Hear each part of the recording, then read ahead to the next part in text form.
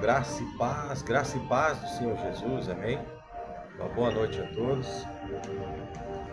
E eu queria falar um pouquinho hoje, não sei se vai dar tempo para nós falarmos tudo nesse vídeo, mas é vivendo uma vida com propósito, amém? E o texto base que nós vamos ler hoje é da carta aos Hebreus, no capítulo de número 12, no versículo de número 2, que nos diz assim a palavra de Deus: orando para Jesus, autor e consumador da nossa fé, a qual, pelo gozo que estava proposto, suportou a cruz, desprezando a afronta, e assentou-se à destra do trono de Deus.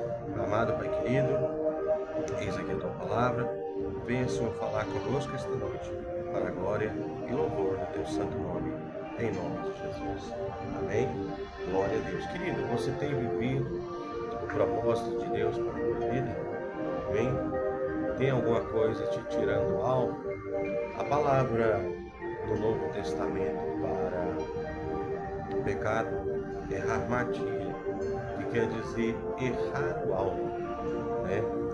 É o oposto, né?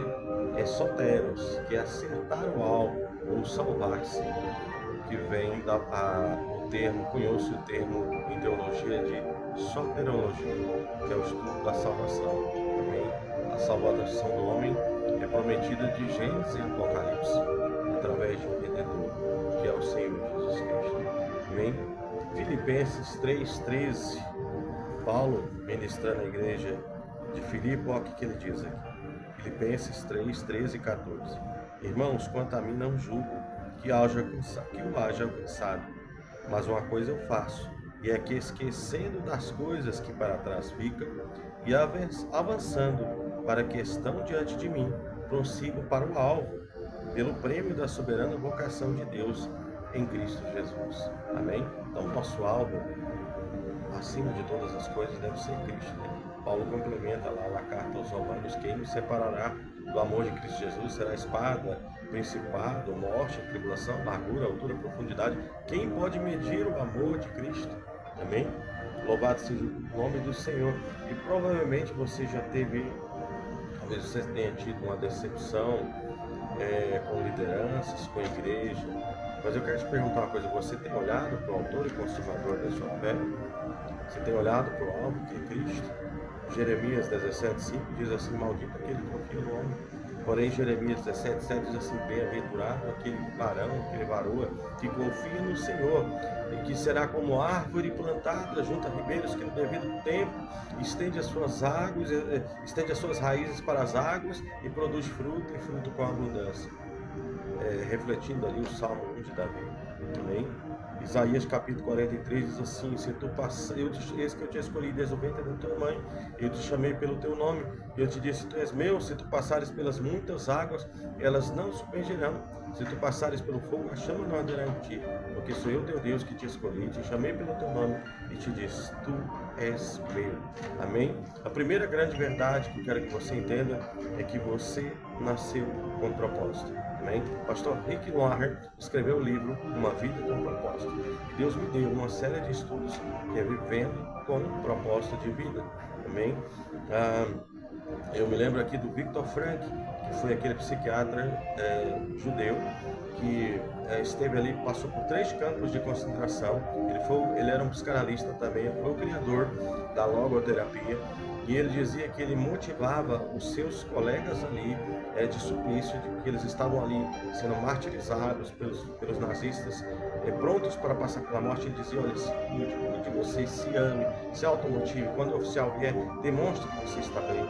Então ali ele criou essa situação de você ter um sentido maior para a sua vida. Escreveu um livro maravilhoso que chama-se O Sentido da Vida.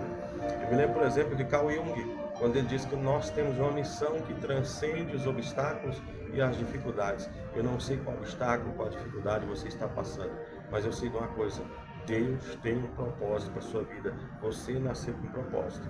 Amém? A segunda coisa que eu aprendo: esse propósito é maior que você. Amém? Diga assim: esse propósito é maior do que eu, é maior do que os meus problemas. Amém? Esse propósito é a sua missão de vida. Exemplo: pessoas que se alegram em ajudar o próximo, em fazer uma obra social, enfim, em ser útil para a humanidade. Esse é o seu propósito, é a sua missão de vida. Amém? Existe alguém que está muito interessado em te tirar do seu propósito. E eu vou te dizer quem é. Lá em Marcos capítulo 1, diz que o Senhor Jesus, ali Marcos é um dos evangelistas que narra alguma coisa que os outros 4 evangelistas não narram, nas tentações do Senhor Jesus no deserto durante 40 dias. Eu quero que você grave esse número 40. Amém? Quando Jesus foi guiado pelo Espírito Santo após o batismo para o deserto, ali da Galileia, para ser tentado, o que aconteceu? A Bíblia diz que Marcos cita que feras o rodeavam e por fim Satanás veio tentá-lo, porém ele repreendeu Satanás pela palavra de Deus e depois os anjos vieram e o serviram. Amém? Eu quero que você analise aqui um pouquinho, nós podemos inferenciar algo aqui. Amém? Eu quero que você visualize a seguinte cena: Jesus estava no propósito de 40 dias de jejum. A Bíblia diz que Jesus não comeu nada durante esses 40 dias, porém alguns estudiosos com jejum parcial. Provavelmente Jesus levou água, porque ali o deserto é muito seco, né? Então necessitaria de umidade. Você pode até dizer, mas Elias foi alimentado. Depois nós vamos falar sobre isso. É um alimento especial que o Senhor enviou. E Moisés estava absorto na presença de Deus durante os 40 dias. Mas Jesus não, Jesus estava passando ali, Jesus sentiu fome, a Bíblia diz que Jesus sentiu fome. Jesus sentiu fraco. E nesse momento que Satanás vai tentá-lo. Primeiro ele usou estratégias dos animais rodeando Jesus, para tirar ele do propósito. O deserto é muito frio à noite, porém muito quente durante o dia. Agora eu quero que você imagine essa cena. E Jesus ali, e ainda vendo os animais rodeá-lo, animais ferozes. Eu imagino ali naquele deserto rodeá-lo. Não tirou ele do propósito. Porém Satanás foi pessoalmente. Porém Jesus venceu pela palavra. Você vai vencer pela palavra de Deus. Quantos podem dar glória ao nome do Senhor? Aleluia. E a Bíblia diz que depois os anjos do Senhor vieram e serviram. Adonai, o Senhor é nosso, diga comigo, o Senhor é meu pastor, nada me faltará. E preparou uma mesa no deserto para o Senhor Jesus. Unja a minha cabeça com óleo, meu cálice transborda. Preparas uma mesa na presença dos meus adversários. Quantos podem dar glória ao nome do Senhor? Louvado e agradecido seja o nome do Senhor. Quem quer te tirar do seu propósito? Satanás, o mundo, a carne, o pecado. Amém? São esses 3 inimigos. E como vencê-lo? Através do, diga comigo, foco, perseverança, fé sobrenatural e resiliência. Amém? Eu lembro de Neemias, por exemplo, lá em Neemias capítulo 6, versículo 3, quando Neemias estava reconstruindo os muros de Jerusalém durante 52 dias. E ali o inimigo mandou Noadias, a falsa profetisa, para profetizar que Neemias morreria ali em cima do muro. Mandou os arábios, Tobias e Sambalate para tirá-lo do propósito. E o que ele disse? Estou fazendo uma grande obra e não posso parar. Quando você descobre o propósito, o inimigo, você tem essa arma contra o inimigo, você vai dizer, vai declarar na cara dele: Satanás, eu estou fazendo uma grande obra, eu não posso descer para a glória do meu Senhor. Quantos podem dar glória ao nome do Senhor Jesus? Amém?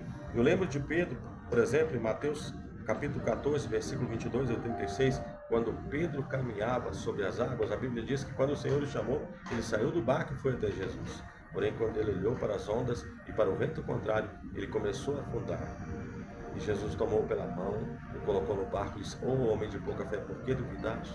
Mais um pouquinho, Pedro, você teria conseguido manifestar a fé do sobrenatural, a fé que está lá no capítulo de Isaías, no capítulo 43, versículo 1 ao 3. Eis que eu te chamei pelo teu nome, se tu passares pelas águas, eu te tomo pela tua mão direita e te digo: tu és meu. Amém? Em 1 Reis, capítulo 19, versículo 13, eu lembro, por exemplo, quando Elias se sentiu perseguido por Jezabel e se esconde ali dentro da caverna em Horebe. A Bíblia diz que Elias passou ali 40 dias e Elias estava muito depressivo. E o Senhor manda um terremoto para chamar a atenção de Elias, o Senhor manda um vento forte, o Senhor manda um fogo, mas a Bíblia diz que Deus não estava no fogo, Deus não estava no terremoto, Deus não estava no vento forte. Porém, quando o Senhor o chama por uma voz mansa e suave, diz: Elias, vem para fora, porque eu ainda tenho obra contigo. Elias sai e diz: Senhor, só restaram eu dos profetas. E o Senhor diz para ele: olha, ainda tem 7.000 que não dobraram o joelho a Baal. Eu ainda tenho obra contigo. Vai ungir a Jeú, rei da Síria, e vai ungir a Eliseu, profeta, em teu lugar. Quase pode dar glória ao nome do Senhor. Deus tem propósito ainda na tua vida, meu irmão. Não sei, a Bíblia diz que o justo pode cair, mas por 5 vezes o Senhor o levantará e o restaurará para a glória do nome do Senhor. Deus está te chamando para sair da caverna. Homem e mulher de Deus, Ele quer renovar o seu propósito. E às vezes Ele fala no silêncio com a voz mansa e suave e diz: vem para fora. Amém? Louvado seja o nome do Senhor. Quero falar também a você, pastor, líder. Se você precisa de uma ajuda para estabelecer o propósito de 40 dias de oração e meditação na palavra da tua igreja, vivendo com propósito, me ligue. Amém?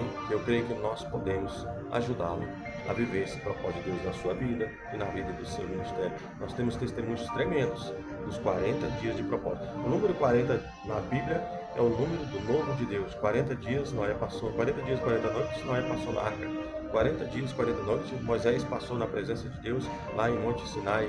40 dias, 40 noites, Elias passou ali em Horebe. 40 dias, 40 noites, o Senhor Jesus esteve ali sendo tentado no deserto, mas venceu. Para a glória do nome do Senhor, e você também vencerá. O novo de Deus, o ministério do Senhor Jesus só começou depois desses 40 dias. Se você quer implantar na sua igreja, no seu ministério, na sua família, na sua vida pessoal, uma vida com propósito, seja em qualquer área da sua vida, nos procure. Amém? Nós podemos ministrar, te ajudar com essa mentoria. Amém? Ajudar também no discipulado dos obreiros, estabelecer de acordo com aquilo que você quer para a sua igreja, pastor, respeitando a sua individualidade, porque mudando o seu sacerdote, muda-se a lei. Amém? Eu gostaria que você orasse comigo agora, coloque a tua mão no coração e diga: Senhor Jesus, muito obrigado, Senhor, porque eu aprendi qual o teu propósito para a minha vida.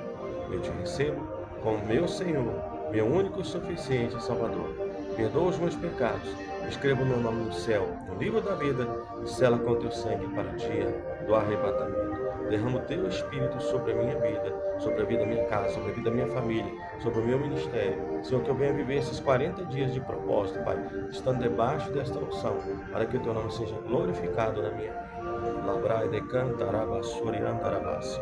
Pai, libera mandorosturi andaramai, avivamento. Libera batismos com fogo e com o Espírito Santo. Que o grande batizador, Pai, entre nesta casa, nesta família, neste ministério, renove a vida desse pastor, seu ministério, libere dons espirituais, libere unção de Deus, visão espiritual. Assim, Pai, como quando o Senhor falou com o profeta Isaías, e ele diz: eis-me aqui, Senhor, envia-me a mim, mas eu sou um homem de impuros lábios. E o Senhor enviou um anjo com a tenaz de fogo.